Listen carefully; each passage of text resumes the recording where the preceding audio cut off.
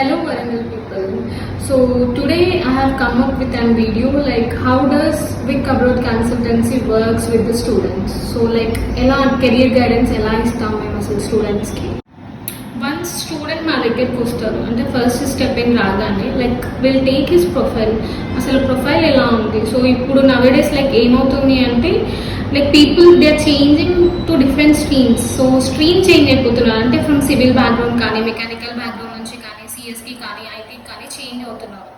So అలా change అవ్వడం వల్ల లైక్ అసలు ఆ స్టూడెంట్కి వీసా రిజెక్షన్స్ ఎక్కువ ఉంటున్నాయి. సో ఈ కెరియర్ గైడెన్స్ అనేది ఎవరు ఇంటర్వ్యూకి వచ్చిన స్టూడెంట్స్కి మేము అలా చేయం అంటే లైక్ తను ఒక కోర్స్ చెప్పినా కూడా లైక్ అసలు ఆ సూట్ అవుతుందా లేదా ఆ ప్రొఫైల్కి ఆ కోర్స్. సో ఆ కోర్స్ తీసుకోవడం వల్ల తనకి యూజెస్ ఉన్నాయా లేదా. సో తనకు వర్త్ ఉంది అంటేనే మేము suggest him to go with that.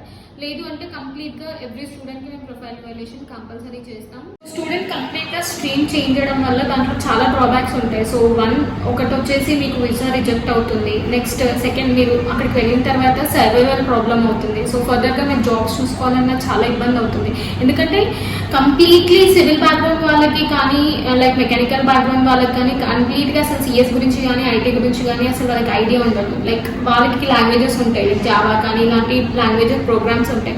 So ఈ ప్రోగ్రామ్స్ గురించి మీకు ఎలాంటి అవగాహన ఉండదు కాబట్టి సో వీసా ఇంటర్వ్యూ కూడా ఏంటి అంటే మీకు ఎలాంటి అవగాహన లేకుండా మీరు సిఎస్కి కానీ ఐటీకి కానీ చేంజ్ అవుతున్నప్పుడు మీ వీసా రిజెక్ట్ అయ్యే ఛాన్సెస్ ఎక్కువ. సో బ్లైండ్గా ఏ కోర్స్ని చూస్ చేసుకోవాలనేది లైక్ మీ ఫ్రెండ్స్ ఉన్నారోనో లేకపోతే రిలేటివ్స్ ఉన్నారోనో లైక్ బ్లైండ్గా ఒక కోర్స్ని చూస్ చేసుకోకండి. ఎందుకంటే ఫర్దర్గా మీ ఫ్యూచర్కి ఇంపాక్ట్ అవుతుంది.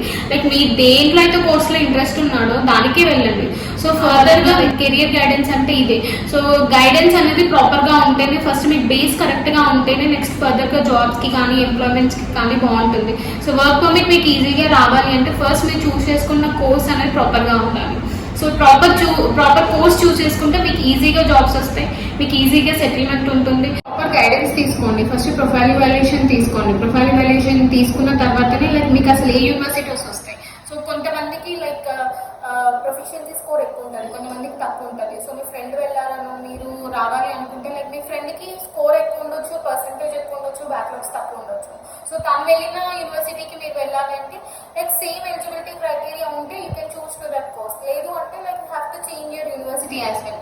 సో అలా ఉంటుంది కాబట్టి లైక్ ప్రాపర్గా ప్రొఫైల్ వాల్యుయేషన్ తీసుకోండి. ప్రొఫైల్ వాల్యుయేషన్ తీసుకోవడం వల్ల లైక్ ప్రాపర్ గైడెన్స్ ఉంటుంది. సో ఆ గైడెన్స్ కూడా మీరు వెళ్ళొచ్చు.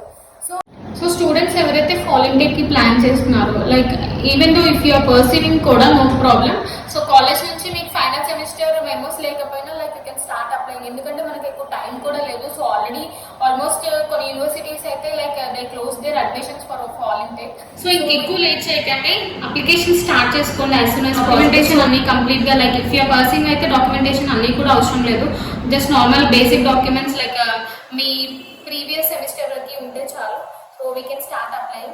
So late cheyakandi, application start cheskondi as soon as possible.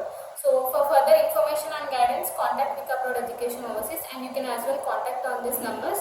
Thank you.